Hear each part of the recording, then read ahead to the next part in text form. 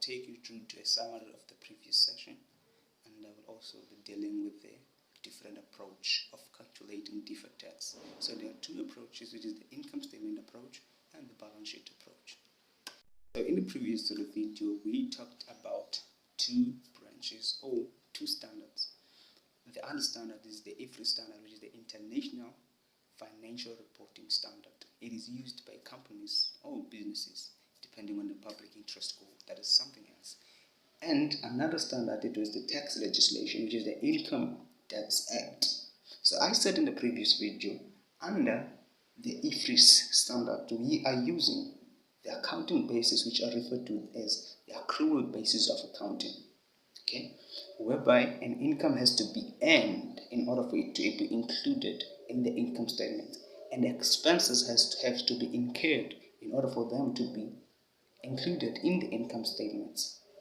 Okay, which means that if an income is received and it is not earned, then it will not be included in the income statement. And also, if an expense is paid, then it will not be included in the income statement, as it has to be incurred first. But then we also talked about an Income Tax Act. There are two bases of accounting that are used in the Income Tax Act. It is a hybrid of the accrual basis of accounting and also the cash basis of accounting.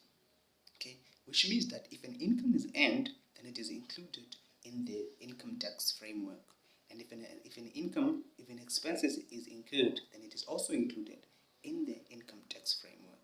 And the cash basis says, irrespective of whether the income is earned or the expense is incurred, if we received an income or if we make payments, then that income will be included in the current in the income tax framework.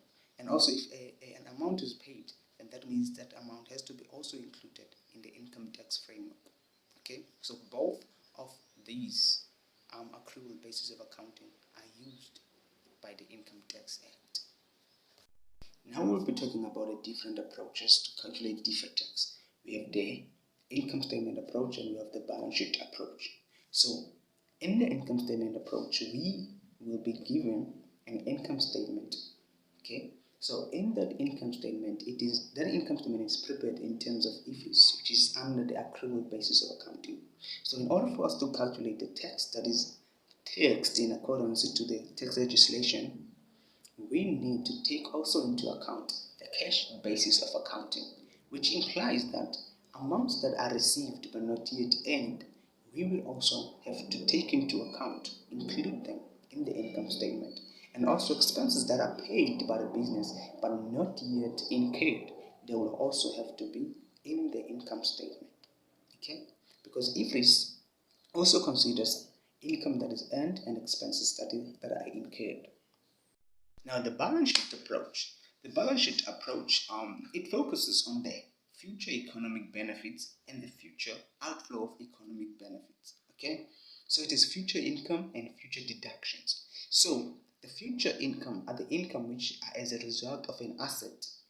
Okay, as the conceptual framework says, that an asset is a present economic resource which resulted from a past event, which will also result to a future economic benefit, which will come into the entity.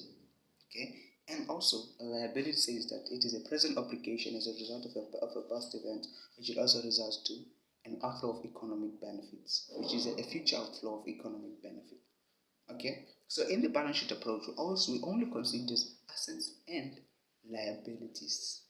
Okay, so in the next video, I will be teaching you guys on how to calculate deferred tax using the different approaches, which is the income statement approach and the balance sheet approach. But my main focus will be on the balance sheet approach. So in the balance sheet approach, we will be considering carrying amounts, how to calculate carrying amounts, and how to calculate temporal difference.